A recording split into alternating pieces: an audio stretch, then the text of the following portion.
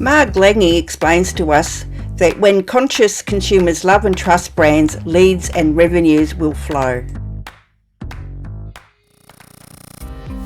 Welcome to Get the Lead podcast, where we speak with business owners that can help you get the lead. Hello and welcome to Get the Lead podcast. I'm your host, Rose Davidson, and my guest today is Marg Lange. And Marg is the founder of Get the Lead, which is a targeted lead generator, business launch specialist and connector coach group. Over the past 20 years, Marg has launched and operated 3 successful businesses, which she attributes to her capacity to build meaningful relationships, who take action to help her open doors to her own business or those of her clients. And we're going to be talking about Marg's specialty in a moment. But we're going to be discussing conscious consumerism and what it is and why it should be your priority for lead generation. Welcome, Marg, and thank you so much for joining me today. Thanks, Rose. Yeah, so tell me a little bit about how you got into lead generation. Well, to start off with this, I guess we have to look at a bit of the backstory. It was around about 2014 when I first bought a franchise. It was in the finance industry. I had no idea what I was doing, really. Never worked in the finance industry. And I soon learned that when someone said if you can build your network, you're going to get off the ground running. And I did. I found I was able to, basically bring in leads very, very quickly, simply by being able to connect and build a network. So I'm very, very big on and very passionate about network, referrals, that sort of thing in terms of lead generation. And it's served me well. And if you know how to do it properly, it can work for just about anybody. Yeah, I know. Yeah. I'm one of the products of one of your training courses, and my goodness, it was so comprehensive. I can't believe that other people haven't taken it up. It's just so great. Yeah, look, the way I look at it is a lot of what I talk about in my courses and my modules. People might go, "Oh, I know that," but the thing is that do they actually implement it, and do they remember it? So I find that when you say I don't know whether people should be haven't taken it up more often. I'm more of the opinion is that they don't really understand the power behind getting a lead in relation to learning how to connect. Yeah, that's very true. You can say that you know what you don't, but some people don't know what they don't know. And when it came to this course, I thought I knew a lot, but in fact, I didn't know as much as I thought I did. Let's get on to conscious consumerism. What is it and why is it so important? I guess to put this in context of lead generation and getting leads, and we know that if you don't get leads into your business, well, then you're not going to be able to raise any invoices, are you? And you won't be in business without the leads. So when we're talking about conscious consumerism, what we're talking about is basically it's been around since the early 1950s. And really, when we're talking about consumerism, we're talking about the buyer decision and the buyer psychology. What is actually the things that are motivating someone to make that decision to purchase? So that's the consumerism part. But the conscious part is more around the values-driven purchases that we make. So in the past, it was more like cost-driven. We wanted the cheapest one that does the job, et cetera, et cetera. But what has happened now is that the pandemic has allowed us to sit down in the time that we were locked down and really think about what matters to us. So in thinking about what matters to us, we've become more conscious of our choices. And the thing is that you're not going to believe this, but the internet's been around for 24 years. I don't know. It's amazing, isn't it? Yeah, 24 years. So if we've got 24 years of information at our fingertips, and we know that the pandemic drove us more online, there's two sides to this. First of all, what's happened is that the consumer is now more able to get more information to make their choices more readily and quickly, all right? And the other part of that is that they don't really trust the internet anymore. So we don't trust what we see on Facebook. We don't trust, like if you're looking at, for example, if we look at Facebook and we're looking about the fake media, we're looking at, if it's Sky News, you're Murdoch, or if you're, and then there's all that underground movement as well, offline. Well, offline as in, Messenger and all those sorts of things. So what we've got now is we've got misinformation that's been running rampant. We've got a lack of trust. And then we've got people going, you know what? We're in a situation where now we're going to be thinking more about myself, whether it's I don't want to go to work full time out of the office. I want my employer to consider me. I want to know that when I am making this choice on deciding whether to work with you in a service orientated or buy your product, that it is ethical, it's moral, it aligns with my values. So when you're thinking about, do you remember the time when we first all started our businesses, Rose? And we were, I don't know, when did you start yours? 2015. 2015. Right. So yeah, I was about the same. And around about then, you remember there was the ClickFunnels, there was you got to have your lead magnet, you've got to have your avatar, got to know your avatar, you've got to know about automating campaigns. And way back then, that was 7 years ago, and things have changed. So 7 years ago, it was all about you've got to have an ebook that you download, and that ebook would be what we call the lead magnet. Now everybody understands if you say, oh, here's an ebook, they go, oh, I know what's going to happen next. I give you my email address, then you're going to fill my inbox with emails. I just want the ebook. So people are a bit more educated, they're a bit more wise. And so what we have to do now is given the fact that people are more demanding, and these are consumers of whether it's a product or a service, they're more demanding that what you say will work, and you're not going to be signing up to some list that you didn't want to be part of. Because I think what's happened now is that as we've gone online and we've been driven online and we're shopping online, because that's what the government told us to do, stay home and shop online, is that we're all getting this fatigue now. And we're expecting people to connect with us. And so this whole connection thing, it keeps coming back to connection.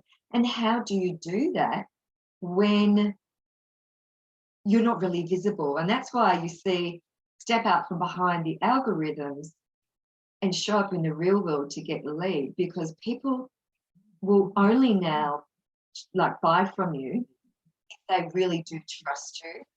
And so therefore, whatever you do when you market yourself or you're branding yourself, it is you that they are buying from in the end, not the logo. So they're going to be checking you out. And social media has a bad habit of, when people Google your name, up comes all those things that you said that you didn't realize could be at odds with the market. Does that make sense? Yes, absolutely. Yeah, it's something that you've said, could be derogatory to your brand. Absolutely. And that's why I'm also very much conscious of when I say to people, go and do a Google audit on your name and your business. We know that reviews can ruin businesses. So conscious consumerism, when I'm talking about getting leads now, I'm talking about you must really go out and do the research on your target market, almost network with them first to get to know them, so that you are not second guessing this pain point that your business coach tells you that you need to resolve. Because if you get that wrong, you're going to be saying, I'll give you an example. Back in 2017, I was doing this big push for the business I owned, which was the Real Tradies Wives of Melbourne. And I was using the best Facebook advertiser known to man, apparently, in America. And it didn't work. And he said, but I don't understand. I don't understand. And then we were sitting there scratching our head. You've got your message wrong. So it was almost like what they're saying, it's about me getting my message wrong. But the truth was, I didn't understand my audience. I was believing I did, but I really wasn't hitting the mark. So when you hear people saying, oh, you've got to craft a really good offer, I would say, before you even do that, learn how to connect and understand what is the conscious values that the consumer has in relation to your product or service. Yeah, I agree with that. It's taken me a long time to learn that, and my messaging was the thing that was holding me back, is because I wasn't hitting the right target market. I was just throwing mud against the wall and hoping that it stuck there. And that's what a lot of the startups and people who are even established still do. So I'm going to give you a little tip about how I work with my clients if they're engaging me, in terms of contracting me. I always ask them, first of all, about their why, their passion. And people may have heard about that. Yes, you've got to know your why. And then what I do is I Google. So if I want to actually align their why, I always Google the news and try and find something that people are upset about or a cause, because people today love causes. And I think we can safely say we've had enough of allowing our governments to fix it for us. So, for example, I'm working with a mortgage broker at the moment, and their goal is to basically build more women mortgage brokers and build this big business, right? That's their passion. What's their why? Well, the owner is sick of women leaving the mortgage broker industry because they feel it's a male-dominated industry. Now, it goes one step further. She's Cambodian, and she basically has really worked hard and wants to sort of show her mum and thank her mum for bringing her to our wonderful country. And she believes that because she's made it, she gets upset when she sees others who could make it leave, and they don't seem to be getting the opportunities that they could be getting. So what I then do is I look at, okay, what is a cause in relation to women, property, and finance? Because that's the mortgage broking, right? So if I was to pitch to that client, I would say that in the news, what I found out is that women who are over 55 are most likely to be homeless ongoing. And this is Australia, and it's wrong. And I think most of those women who have been through divorce or they've been through ill health and they don't have the super, or they lost their job or they've had kids, all of these things come into play when we're looking at the women who are going to be currently homeless or facing it in our country. So I think most women would get behind a cause like that because they think it's so wrong. That is the consciousness I'm talking about. So when you align a cause, the call to action is get on board. And I'll take it one step further. I love this topic so much, you're probably waiting for me to take a breath. But our last election, our federal election, don't you find it fascinating that we never knew who the Teals were, right? They were just a bunch of women. And in fact, some people, I would say, probably thought they were just some school mums, had nothing better to do than, during the day between pickups and drop-offs. But look what they did. And it didn't take them long. The power of integrity, that was their number one, integrity and a lack of corruption. And the second one was about the environment. And so the groundswell of support, of women supporting women, is a good example of a conscious consumer outcome. And then if you could just take that idea and simply apply that to your business, you're on a winner. Absolutely. Yeah. Are you touching your microphone? I don't have a microphone. I have it on my Okay, I'll have to cut this bit out, but it keeps scratching all the time. So yeah, I think it's a really great way to find out what the consumers in your niche are doing. I think it's a wonderful idea. Marg, where can people find you if they'd like to work with you? Yeah, sure. Look, my website is www.howtogetthelead.today. You simply Google that and go on there. Otherwise, you can email me. My current email address at the moment is marg@Marg Lange. But you know what? It's best to just phone me. This is what we're going to do. We're to hear your voice, to hear your story, to hear your why, so I can help you. So it's 0479 079 779. Perfect. And what's the last words of wisdom that you'd like to share? The last words of wisdom I'd like to share on this topic is that if you can show up in the world as a trustworthy individual who can hold space for your client, you will never be out of leads.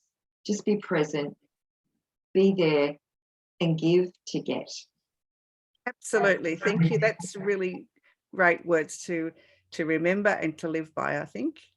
Marg, it's been a pleasure. Thank you so much for joining me today. And I can't wait to be further involved in Get the Lead. Thank you, Rose. Thank you for joining us at Get the Lead podcast. We look forward to your company next time where we help you get the lead.